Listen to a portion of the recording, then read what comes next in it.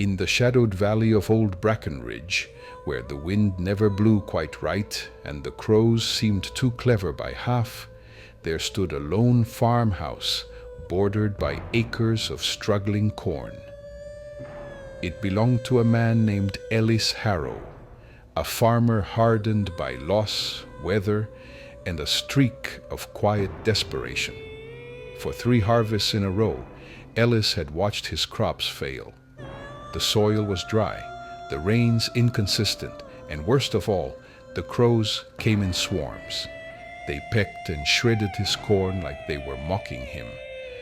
Unyielding, fearless things that didn't so much fly as haunt. One bitter dusk, after chasing them off with stones and shouts to no avail, Ellis snapped. He retreated into his barn and worked through the night.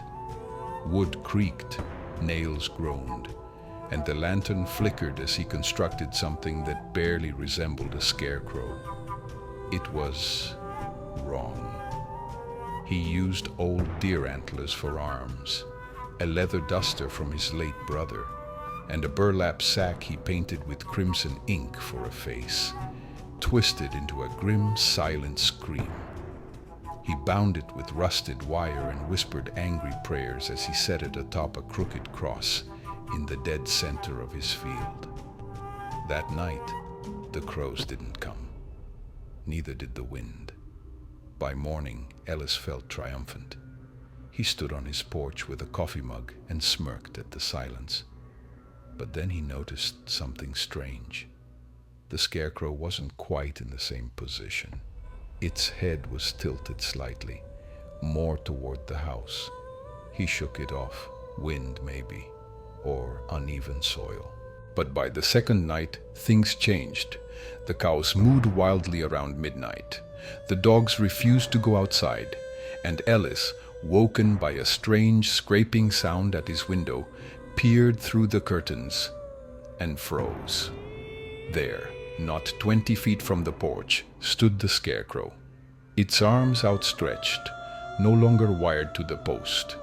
Terrified, Ellis rushed outside with a shotgun, but the figure was gone. Just footprints, deep, sunken prints, too heavy for a man, trailing through the corn and disappearing into the woods beyond. The next morning he burned the post and scattered its remains. But the following dusk, the scarecrow was back, standing, watching.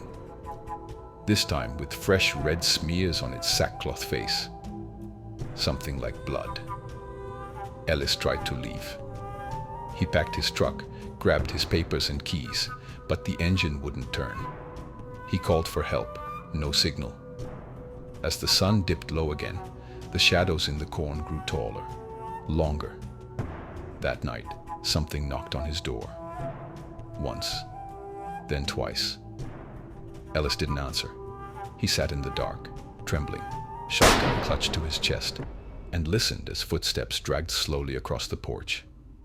Then the roof, then into the attic. He never came out again.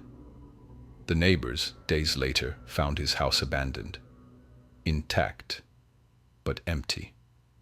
No signs of struggle except for the claw marks near the bedroom window. And in the center of the cornfield stood the scarecrow again, arms outstretched, its face turned toward the house, and smiling. They say, if you drive past that farm late at night, the scarecrow sometimes isn't there. But if you stop and listen long enough, you'll hear heavy footsteps rustling through the corn, and they won't be yours.